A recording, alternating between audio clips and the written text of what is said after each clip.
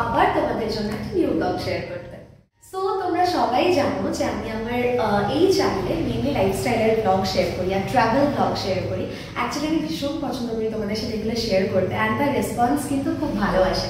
And এই রেসপন্সটা যত ভালো আসে তত আমি মোটিভেটেড হই এরকম কিছু শেয়ার করতে। বাট এরই মাঝে মাঝে আমি কিন্তু কিছু রান্নার শর্টস বা রান্নার ব্লগসও তোমাদের সাথে শেয়ার করি। মাঝে মধ্যে যখন আমার নিজস্ব কিছু নতুনভাবে আমি কিছু কাল্টিভেট করি বা নিজের স্টাইলে কিছু একটা রান্না করার চেষ্টা করি, সেটা কিন্তু তোমাদের সাথে আমি শেয়ার করি। তো সেরকমই একটা রান্না আজকে আমি মাঝখানে করবো।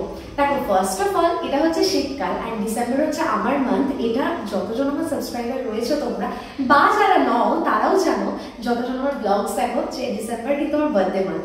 আর ডিসেম্বর মানেই হচ্ছে প্রচুর প্রচুর খাওয়া দাওয়া। অ্যান্ড শীতকালে বেশিরভাগ একটু ভাজাভুজি, একটু তেলে ভাজা, এগুলো খেতে বেশি ভালো লাগে, একটু তন্দুরি। তো মেনলি আমি কিছুদিন আগে আমার শর্টসে শেয়ার করেছিলাম চিকেন তন্দুরি রেসিপি। সেটার রেসপন্স কিন্তু খুব ভালো এসেছে। অনেকে ওই চিকেন তন্দুরির ডিটেলের ব্যাপারেও আমাকে জিজ্ঞাসা করেছিলেন, সেটা থেকে আমি আরেকটু মোটিভেটেড হই। তাই আমি আজকে নিয়ে চলে এসেছি তোমাদের কাছে ভেটকি মাছের তন্দুরি। সো প্রথমেই বলে রাখি যে ভেটকি মাছটা কিন্তু ডিপেন্ড করে কত সাইজের তোমরা নিচ্ছ।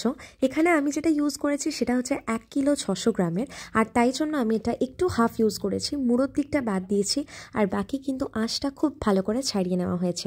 আঁশটা যদি থেকে যায় তাহলে কিন্তু তন্দুরিতে দাঁতে লাগে। তো চলো স্টার্ট করা যাক।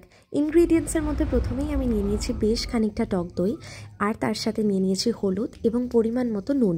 তার উপরে দিচ্ছি আমি এখানে কাশ্মীরি লঙ্কার গুঁড়ো, এটা কিন্তু বেশ অনেকটা লাগবে কালারের জন্য।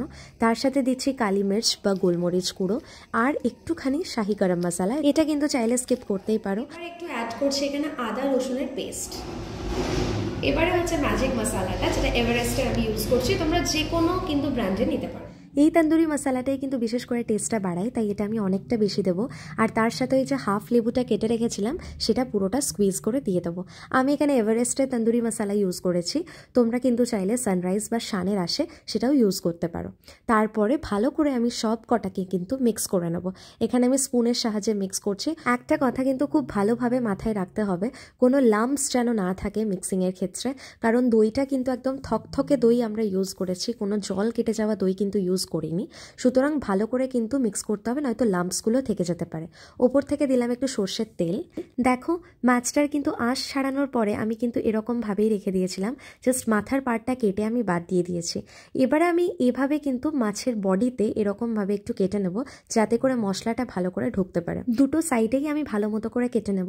এটা কিন্তু তোমরা আলাদা কোনো ফিশেও করতে পারো, বাট এখানে আমি ভেটকিটাই ইউজ করছি, কারণ ভেটকি মাছে কাঁটাটা কম থাকে এবং নরম থাকে যে কটাই থাকে, আর খেতে কিন্তু সুস্বাদু হয়।